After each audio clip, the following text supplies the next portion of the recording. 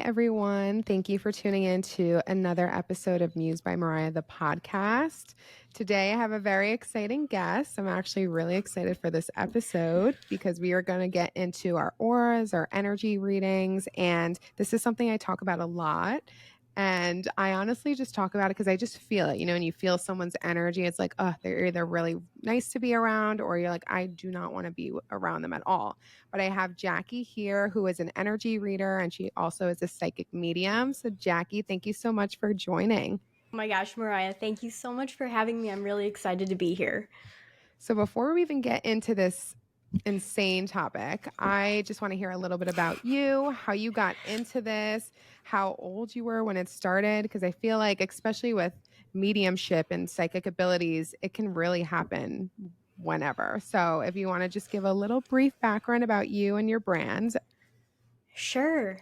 Yeah, so I have been really intuitive since I was around 5 years old. That's the first memory I have of actually being able to see someone's aura and running to my mom and being like, oh my gosh, why am I seeing colors around people? Like, what's going on? And she was like, oh, it's an aura, it's an energy field. Luckily, my older sister had abilities too when she was younger. So that led my mom into her own sort of spiritual awakening. So when I was opening up and started to see these things, my mom already kind of knew how to guide me a little bit. But so that was like kind of the start of my abilities. When I became about 12 years old, I actually got really chronically sick. I was very chronically ill for around, I feel like it was like 7 or 8 years until I was about 19 or 20 years old. But I was in and out of the hospital. I was down with the flu all the time, or strep, or I had chronic migraines going on. So during that time, I had a lot of time to myself where I spent researching different sort of spiritual topics. I started researching about auras. I started researching about energy in general, crystals, spirits, spirit guides, all of those things, and went through my first big spiritual awakening during that time because I was just so isolated. And then when I finally recovered from my illness and regained my health back, I started to look at my gifts from sort of a different perspective. And I was like, I could really use this to help people. So how am I going to do that? So I started doing these practice readings where I would actually draw the aura of a friend or an acquaintance that I kind of knew but didn't know a lot about. And I started realizing that the information I was getting was very accurate, and the pictures and the colors and my interpretations were really resonating with people. So after that, and after doing that for a while, I started doing readings at a local crystal shop for like $15.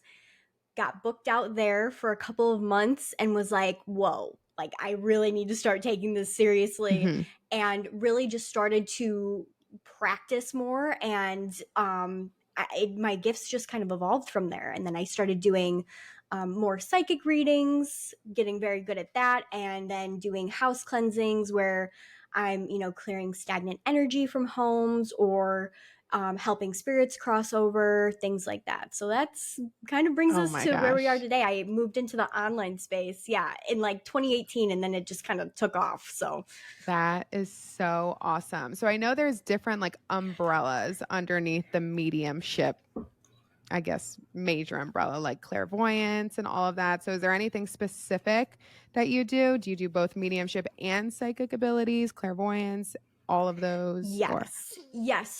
So I do psychic readings, which means that I can see people's life paths, and sort of the choices and how they'll kind of play out down the road for people, which is really cool.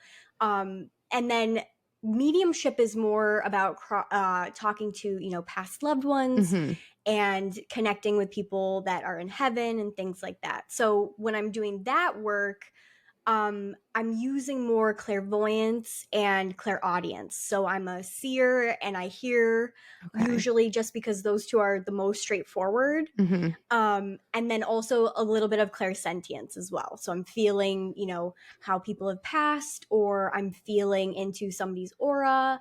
And yeah, that's kind of a summary of kind of how I intuitively connect to people. Oh my gosh, you are awesome. Let me just say, I am 24 now. I've been seeing Thank psychics and you. mediums for like so long, but I have to say, you're probably the youngest medium slash psychic that I've spoken with. So it's different because I don't know, Yeah. you're in your 20s, right?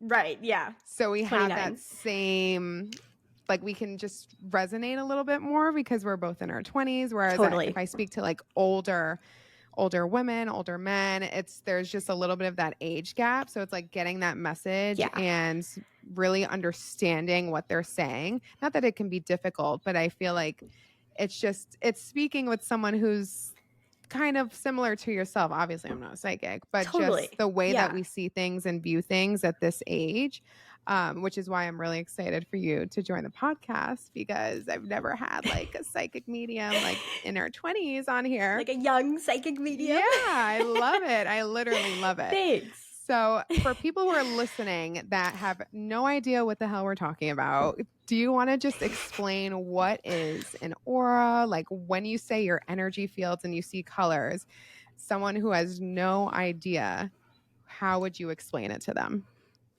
So I would explain it in terms that I kind of take from chemistry. So everything that we know is made up of atoms, which at their smallest, if you break an atom down, it's really just energy at Mm-hmm. its core.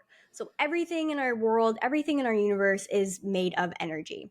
And when you have like a living person or a plant or even an inanimate object, you have an energy field around these things.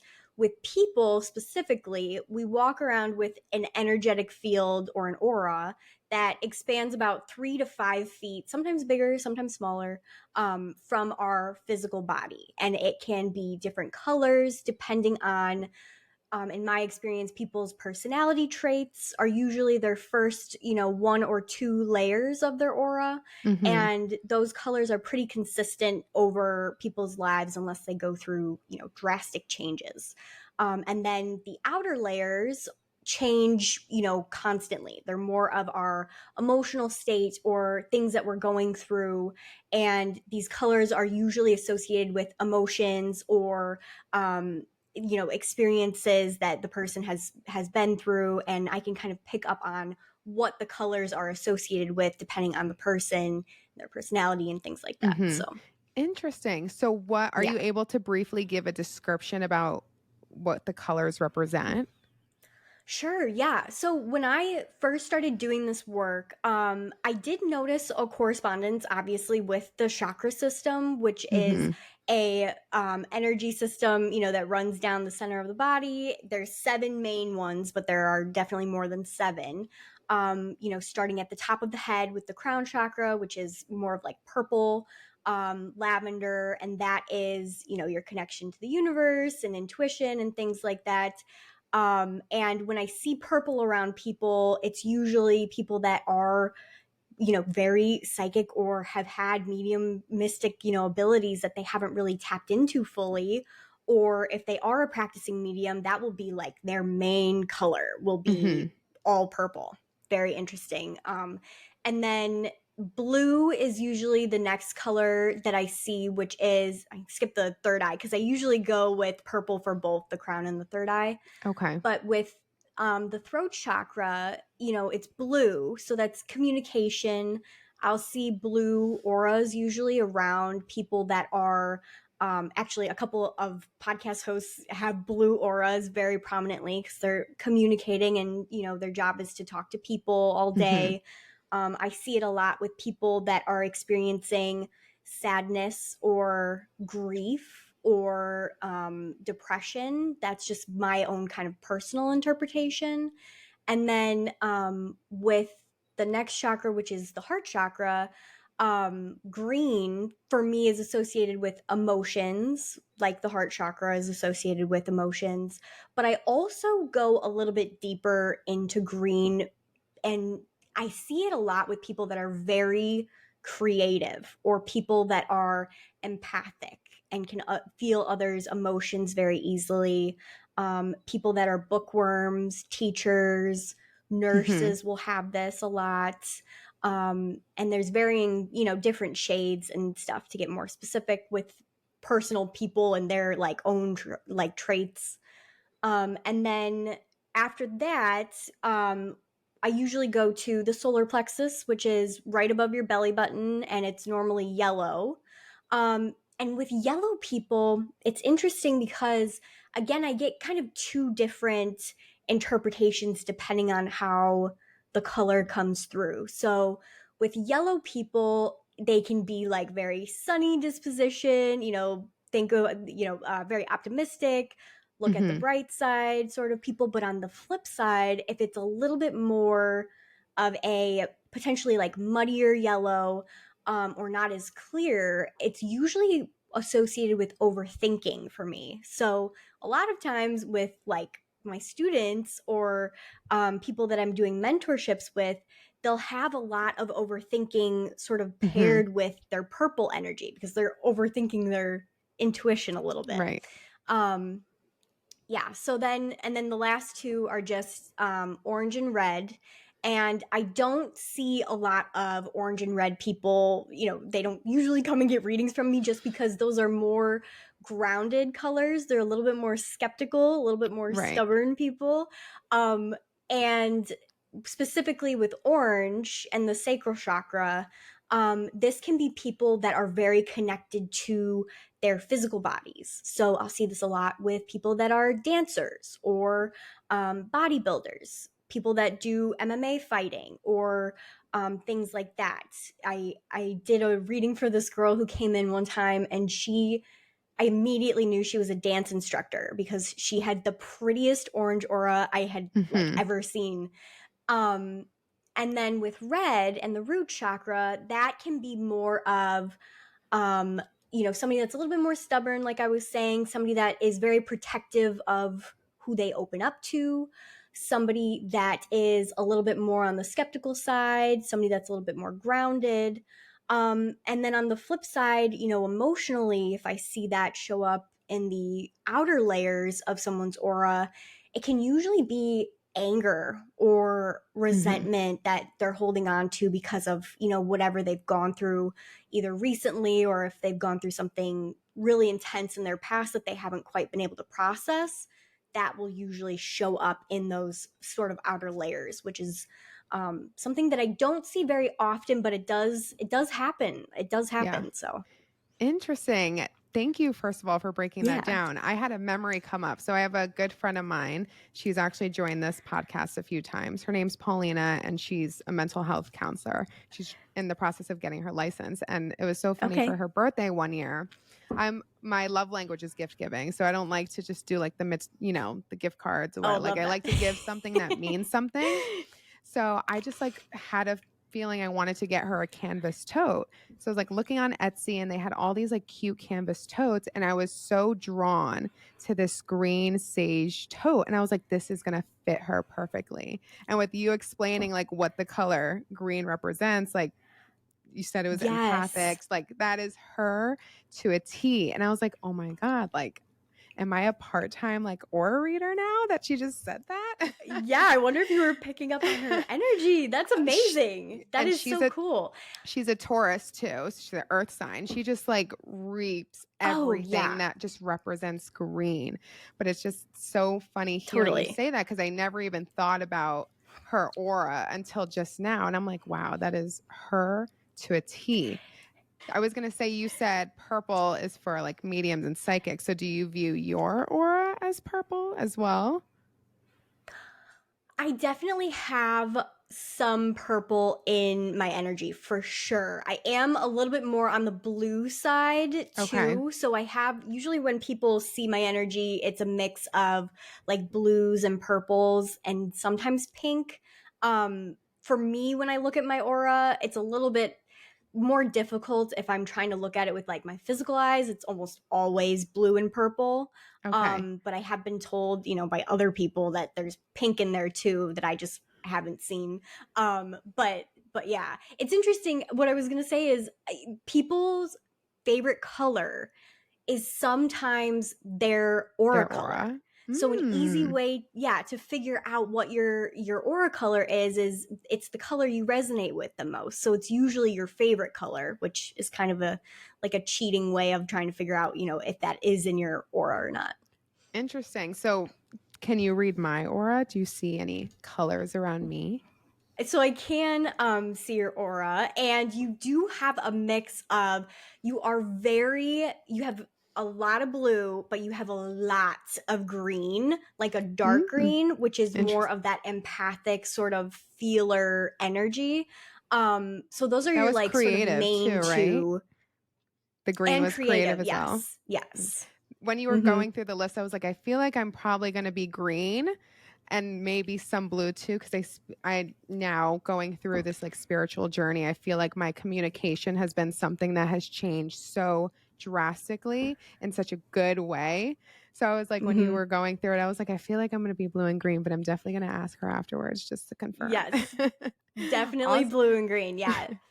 Awesome. So for the tools, because I feel like you do a lot and just not necessarily just the energy reading, but do you use any other concepts or mindfulness tools in your readings, like zodiac signs, or I know you mentioned chakras and crystals and stuff, but I would love to know if you use zodiacs too.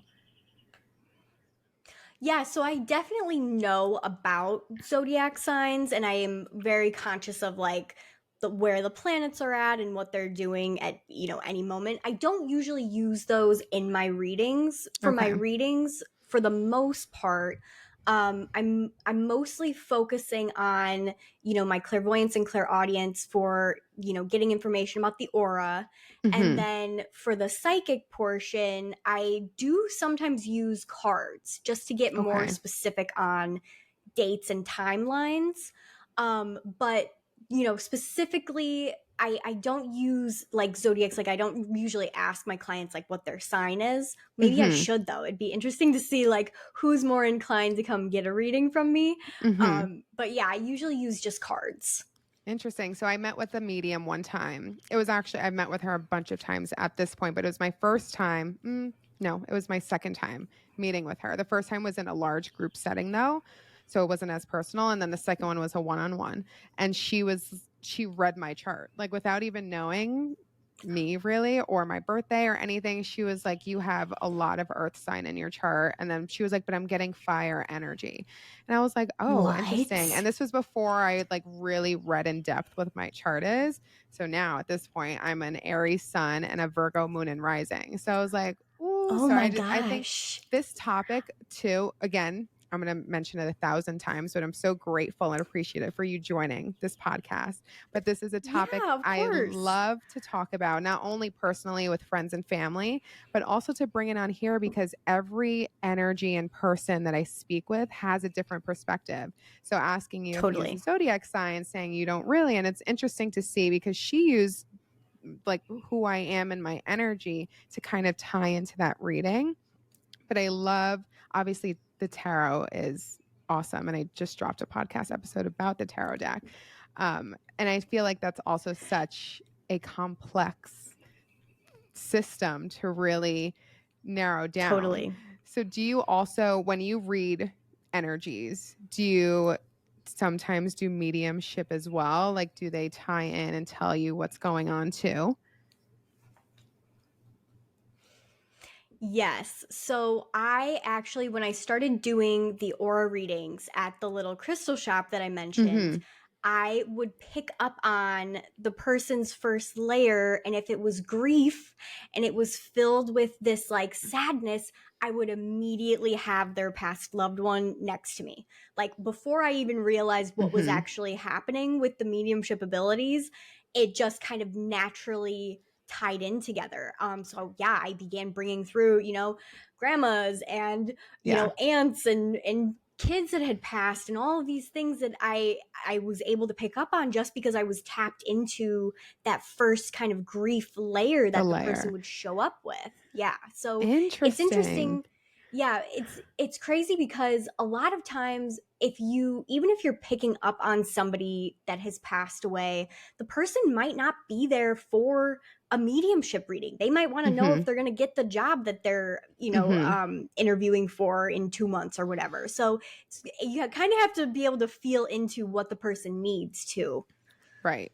So do you now this is going to be something that I really, really want to know. So when you read people's energies, I know you listed out the colors and what you see, but do you feel like, let's say someone, I don't like to say people are bad, but if you feel someone who's just like a negative energy and negative soul, can you like, is that a color? Are they like black on the outside? Like, what do they look like? So what's interesting about that is that I can't watch. I used to love watching crime shows, Mm-hmm. crime documentaries, things about, crime just in general. I can't do it anymore because when they show the picture of whoever has been Uh-huh. convicted, I literally cannot look in their eyes. It's more of an energetic sort of eye thing. Like it's almost like there's nothing behind the eyes, and I Mm-hmm. immediately know that that is the person that's going to be the killer at the end of the Oh documentary or my whatever. God. Um, but with their energies as well, it is interesting because um I usually notice that the energy is closer to the body than a normal person's aura and is much darker. I've never really seen anyone with a black aura. I don't even know if that really exists, Mm-hmm. but definitely tighter to the body, like a protective almost skin Like a shield. almost is Mm-hmm. what it looks like. Yeah, shield or something. And then much more dark. So if it's blue, it's going to be really, really dark blue. Or if it's red, it's going to be really, really dark red. So that's an interesting question. I've never thought about that before. Oh my, that's so how do you go about social media? Like what happens if I'm trying to think of something recent that happened. Something comes across your timeline and it's like a murder thing. Like do you just scroll past that or do you have your socials so filtered that you don't even see that energy? Well, yeah, I do have my socials very filtered, but things will always get through, I feel like.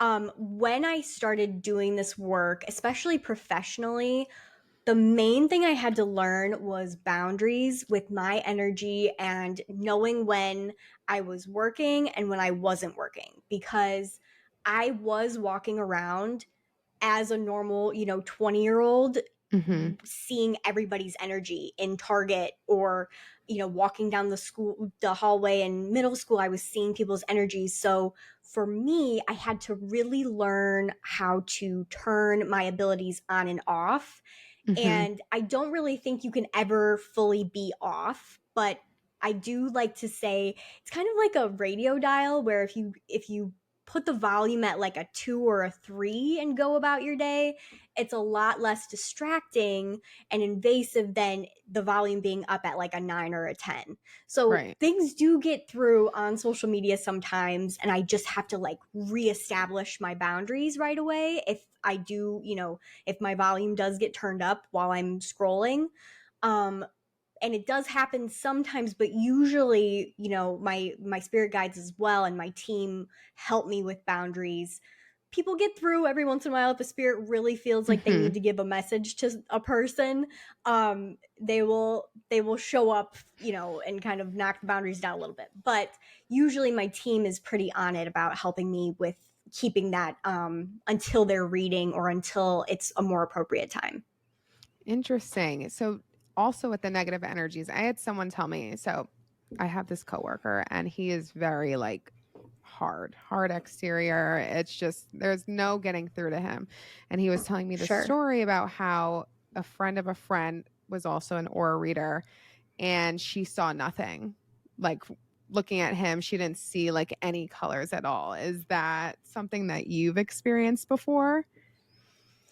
So when people are very, very guarded and you don't have permission to access or view their energy, that is a moment when I will see that happen.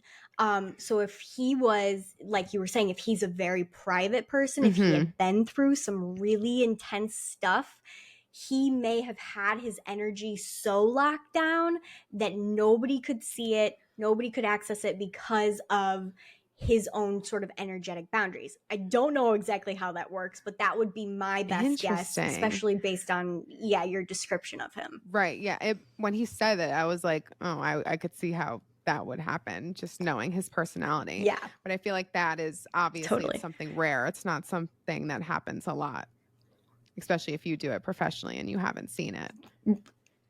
Right. Yeah.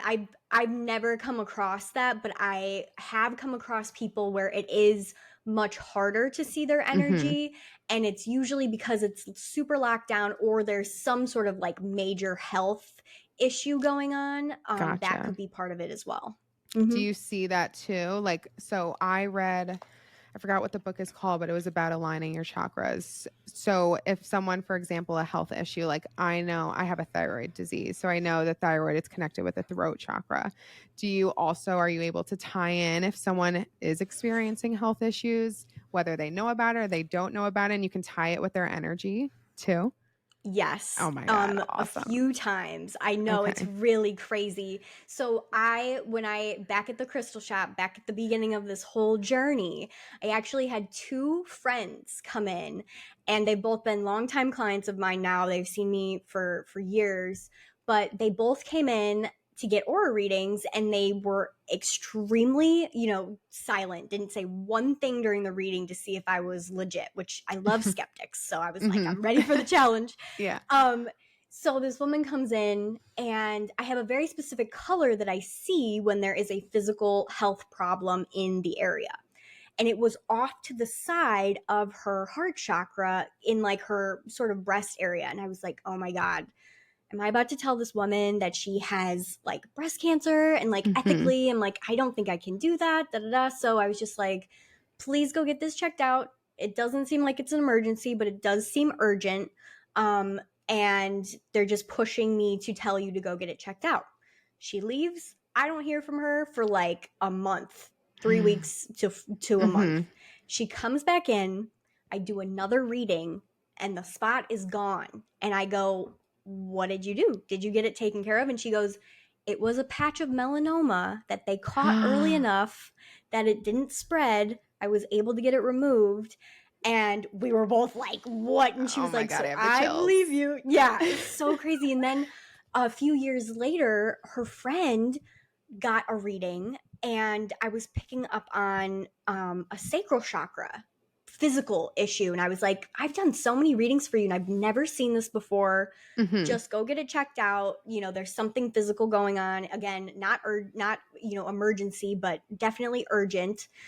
And I get a text from her a couple days later that she had gotten into the doctor quickly, and they had found precancerous like cervical Oh my cancer gosh. cells. And I was like, what? And they were able to treat it before it spread or anything. So like Oh my those things gosh. they don't happen all the time. Right. But when they do happen, people, I mean, it's crazy, and I don't know how to explain it. It's just something that I'm able to kind Oh, of detect. it's amazing. Like, so It's amazing. I crazy. get the chills when I hear stories like that because it's not that I know you just said you love skeptics, but skeptics freaking piss me off because I'm like you said, everything is energy. You're reading Mm-hmm. energy. The universe is energy. The cup on my table is energy. The plant in my room has energy. And when you shut down such amazing things like this, it's like you're blocking blessings and opportunities and just the chance to learn. Like, even if you want to be a skeptic and you just sit through this 30-40 minute podcast episode and you're like, oh, that was all like whatever went, I don't believe any of it, but just the ability to hear things like that, it's just, I don't know, I'm very connected with my intuition, and although I don't have amazing abilities like you do, I feel connected to the other side and to like my team of light. Yeah. And just hearing stories like that, it's just, like, why wouldn't you love this shit? You know, like, why wouldn't you just Yeah. take it and listen? And I just love hearing stuff like that. It's just so, so amazing. Yeah, thank you. Everybody's on their own journey. Everybody is on, and I really went through a time period where I was trying to like prove that all of this was real and like of course Mm-hmm. this is how it is, and look at chemistry and how we've been studying these things for so long and all this stuff. But people are on their own journeys and will find this stuff if they're meant to, Right. on their own timeline. Right. As much as we want to share it with everybody, Mm-hmm. obviously, because it's so Mm-hmm. cool. But yeah, that's something that I definitely fought with a little bit when I was first kind of starting Right. out, though. Yeah, I can imagine. And I know you mentioned earlier that sometimes a person's favorite color can be their aura. But if there's someone listening to this and they're like, "Oh, I really want to understand like what my aura could be, what my first layer, second layer, is there any other way that someone can kind of tap into that energy and get a better feeling for who they are?" So there are a couple of different things. One, if you are already a little bit more intuitive and you feel like you have abilities, one thing that I encourage people to do is just try to see their own energy by um, just sticking out your hand in front of a um, neutral colored wall or a desk that's a neutral color, and you just unfocus your eyes. So when you're in that daydreaming state, when you're Mhm. kind of looking out the window and not paying attention to your class or your meeting or whatever on Zoom, you go into a little bit of a meditative state when you can unfocus your eyes. And if you can hold the kind of gaze at the side of your hand when it's in front of this neutral colored background, if you can hold it for a few, I would say around 20 to 30 seconds, you'll start to see a little bit of a glow around that. Now, if you don't feel like that's something you can do because you're not super psychic Mhm. or you don't feel Mhm. like you're in touch with your intuition, grab some pen and paper, grab some markers, grab some pencils, and just intuitively start to draw around a cutout figure shape, like a human shape, a gingerbread man, whatever you want to say, um, and see what colors show up, and if that resonates with you afterwards, usually that's part of your energy that you're seeing, and you can kind of channel a little bit, but don't overthink it. Just let it be a fun exercise, Mhm.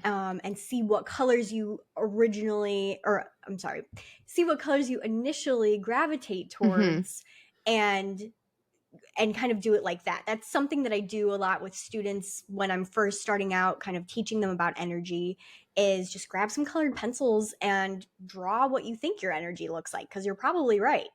Right.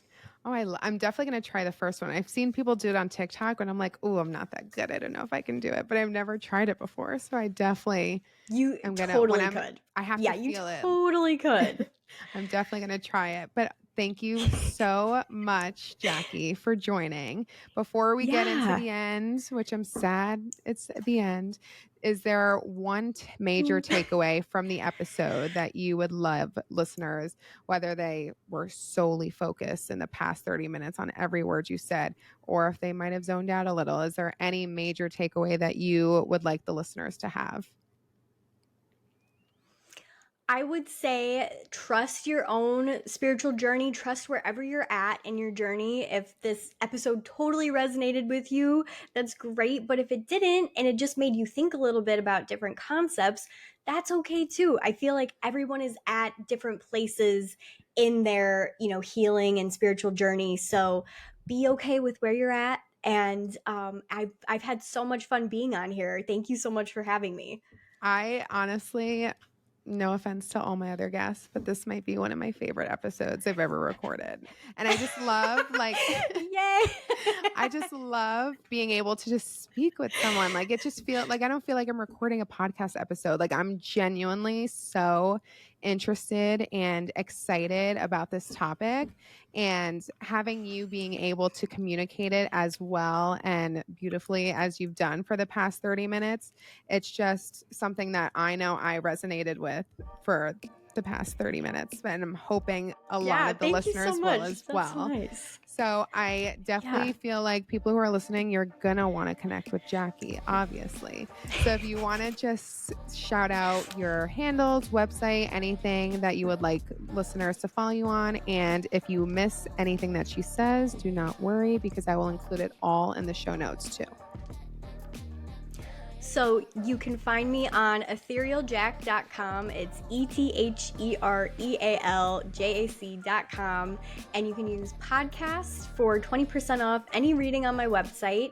All of my ats or handles on social media are at etherealjacque, except for Instagram is at etherealjacqueyt. And yeah, thank you so much again. I'm so excited for this to be released. I am too. I'm so excited, like seriously. And if you're tuning in and you don't follow me yet, I don't know what you're doing, but make sure you follow at Muse by Mariah _ on Instagram. And I will also include the Muse by Mariah, the podcast Facebook link, so you can get all the latest episodes dropped straight to your inbox. Jacque, thank you again for joining. Like so grateful, so appreciative to have you here and to be spending this last almost 40 minutes speaking with you on this. Like it was truly amazing. And listeners, thank you for tuning in if you made it to the end of this episode. And like always, make sure you stay in tune with what's going on and on my website. And I'll talk to you guys next time.